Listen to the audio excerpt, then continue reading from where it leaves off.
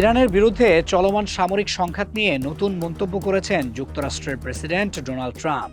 তিনি বলেছেন, এই যুদ্ধে যুক্তরাজ্যের বিমানবাহী রণতরীর প্রয়োজন নেই।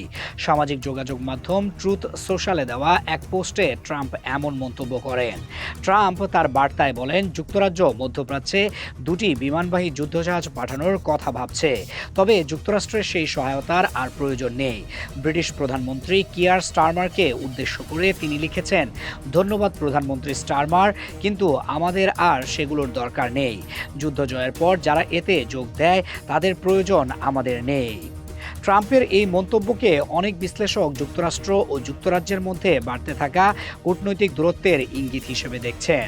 গত বছর ট্রাম্প পুনরায় ক্ষমতায় ফেরার পর থেকেই দুই দেশের সম্পর্ক কিছুটা টানাপোড়েনের মধ্য দিয়ে যাচ্ছে বলে ধারণা করা হচ্ছে। সম্প্রতি যুক্তরাষ্ট্র ও ইসরায়েল যৌথভাবে ইরানের বিরুদ্ধে সামরিক অভিযান শুরু করার পর মধ্যপ্রাচ্য জুড়ে উত্তেজনা বেড়েছে। পাল্টা প্রতিক্রিয়ায় ইরান উপসাগরীয় অঞ্চলে যুক্তরাষ্ট্রের মিত্র দেশগুলোর বিভিন্ন ঘাঁটিকে লক্ষ্য করে হামলা চালিয়েছে বলে দাবি করা হচ্ছে। এদিকে যুক্তরাজ্যের প্রতিরক্ষা মন্ত্রণালয় জানিয়েছে, তাদের অন্যতম প্রধান বিমানবাহী রণতরী HMS প্রিন্স অফ ওয়েলসকে উচ্চ সতর্কতায় রাখা হয়েছে।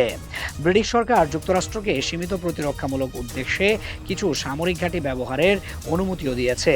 এর মধ্যে রয়েছে গ্লোস্টারশায়ারের RAF ফেয়ারফোর্ড ঘাঁটি এবং ভারত মহাসাগরের ডিয়েগো গার্সিয়া সামরিক ঘাঁটি।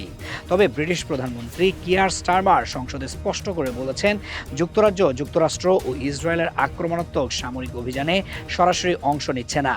তার মতে, ব্রিটেনের প্রধান লক্ষ্য হল জাতীয় স্বার্থ এবং নাগরিকদের নিরাপত্তা নিশ্চিত করা। এই যুদ্ধ নিয়ে যুক্তরাজ্যের অভ্যন্তরেও মতভেদ দেখা যাচ্ছে। সাম্প্রতিক এক জরিপে দেখা গেছে, প্রায় 43% ব্রিটিশ নাগরিক এই যুদ্ধকে ন্যায়সঙ্গত মনে করেন না। এদিকে 7 মার্চ শনিবার লন্ডনে যুক্তরাষ্ট্র দূতাবাসের সামনে হাজারো মানুষ বিক্ষোভ করেছেন।